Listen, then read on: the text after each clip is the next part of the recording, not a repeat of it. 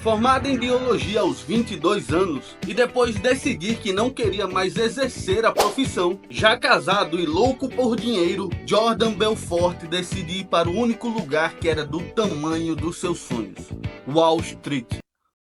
Tô com 22 anos de idade, recém-casado e já sou totalmente doido por dinheiro. Então o que eu faço? Vou pro único lugar na Terra que se encaixa com minha enorme ambição. Olá, meu nome é David e hoje iremos analisar o que realmente foi real no filme O Lobo de Wall Street.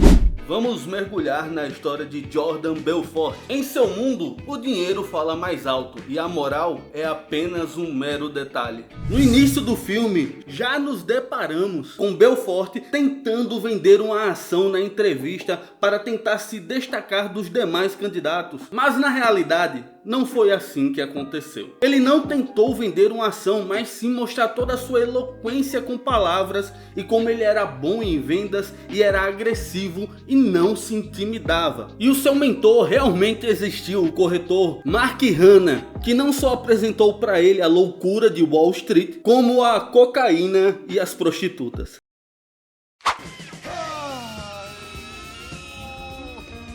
Ao chegar em Wall Street, ele percebe que está muito familiarizado, a adrenalina do local e a pressão constante. Mas ele ainda não tinha uma licença de corretor e ele passa 6 meses para tirá-la. E em seu primeiro dia como um corretor licenciado, em 19 de outubro de 87, a bolsa tem a maior queda da história desde 29. Isso até parece mesmo coisa de ficção, mas na realidade, nesse dia e no seu primeiro dia como corretor, isso na vida real realmente aconteceu. Chamaram de Segunda Negra. É verdade. Às 4 da tarde o mercado tinha caído 508 pontos. A maior queda desde a quebra de 29.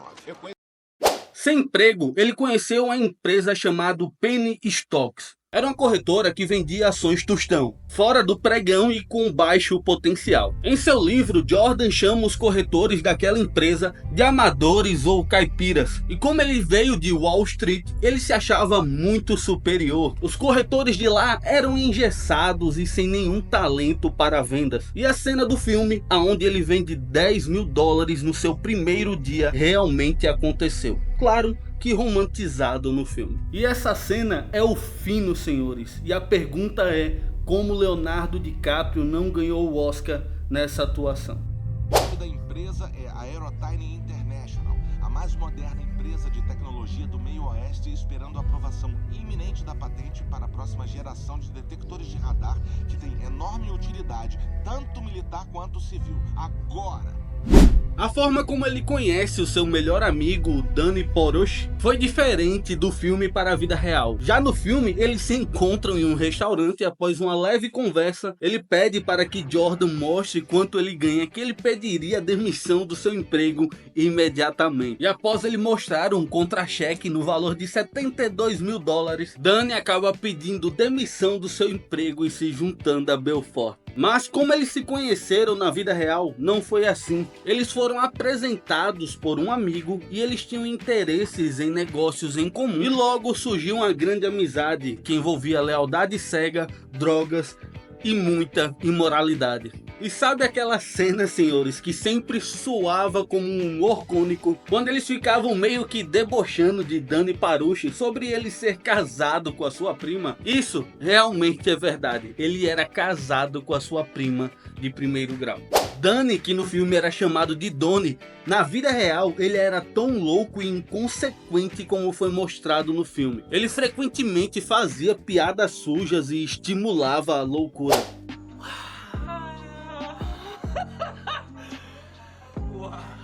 Após isso, Belfort decide montar a sua própria empresa, a Strat Oakman. E ele pegou vários idiotas e treinou eles com a sua forma de venda, que ele chamou de forma de venda linha reta. O objetivo agora da sua empresa era alcançar os ricos. E para fazer isso, ele vendia uma ação do pregão que daria um alto valor, um alto retorno, assim ganhando a confiança dos mais poderosos e logo em seguida oferecendo ações tostão. A empresa batendo recorde de venda de ações. Em uma festividade, Jordan realmente ofereceu $10 mil para uma funcionária em forma de desafio raspar a cabeça. E isso realmente aconteceu na vida real. Sexo, drogas, relações sexuais entre funcionários no trabalho, prostitutas no trabalho. E ele realmente contratou anões para serem arremessados na empresa. Era meio que um humor masculino de quinta série, só que muito tóxico e exagerado. Jordan Belfort criou um ambiente onde as vendas eram tudo. Não é à toa que o seu lema era venda ou morra tentando. A parte do filme onde Jordan ele sai na revista Forbes nunca aconteceu e isso não é verídico. Ele realmente saiu na revista Forbes em 1991, mas a matéria não foi nada elogiosa. Chamavam a sua empresa de uma firma de práticas questionáveis e atitudes suspeitas. O Mandrix, a droga que é citada no filme que ele utilizava para se drogar como um calmante, era um opioide que era utilizado para relaxamento e casos de insônia. Ela foi banida por boa parte dos países, tanto da Europa como da América do Norte. A forma como ele conheceu a sua segunda esposa, Nadine, foi parecido na vida real. Ele realmente conheceu ela em uma festa, mas alguns pontos são completamente diferentes. Ele ainda era casado em seu primeiro relacionamento e ela namorava um amigo dele. Em seu livro, ele relata que assim que viu ela se apaixonou e que sabia que iria casar com ela. Jordan insistiu e mandou cartas e declarações de amor para ela e forçou muito para que eles pudessem se conhecer. Ela realmente se encantou pelo seu charme, pelo seu dinheiro e sua beleza, mas Jordan fala com muito carinho dela, dizendo que ela era uma esposa troféu, uma ótima mãe, uma ótima esposa e que a culpa do seu casamento ter acabado era dele, que vivia drogado frequentemente e com prostitutas. Com os traumas desse relacionamento que ela levou para a vida, ela acabou se tornando psicóloga especializada em relacionamentos abusivos. E a sua despedida de solteiro realmente aconteceu, onde ele levou prostitutas para um jato particular e foi para Las Vegas e gastou milhões de dólares em um único final de semana. Quando ele fala o nome de uma das suas amantes dormindo, também foi real, mas não foi como foi retratado no filme. Na realidade, como Jordan Belfort estava frequentemente com prostitutas, ele sempre acabava se entregando na noite falando o nome de algumas dessas amantes e a sua esposa acabava ouvindo e descobrindo, e isso era sinal de briga no dia seguinte. Só que isso acontecia com muita frequência. Quando Donnie come um peixe vivo de um funcionário que estava lavando o aquário no dia do lançamento, isso meio que virou uma lenda urbana dentro da empresa. Mas o verdadeiro Danny Parush, ele nega isso, dizendo que isso era desumano, sendo que existem evidências e testemunhas que isso realmente aconteceu. Ex-funcionários da empresa, assim como ele também nega que era casado com a sua prima, sendo que existem evidências e documentos. Também foi real quando ele chamou os agentes do FBI para o seu iate. Ele, com toda a sua lábia de vendedor, achava que podia manipular todos e conquistar o mundo. Mas na realidade, anos depois no seu livro ele falou que aquilo foi a maior burrice.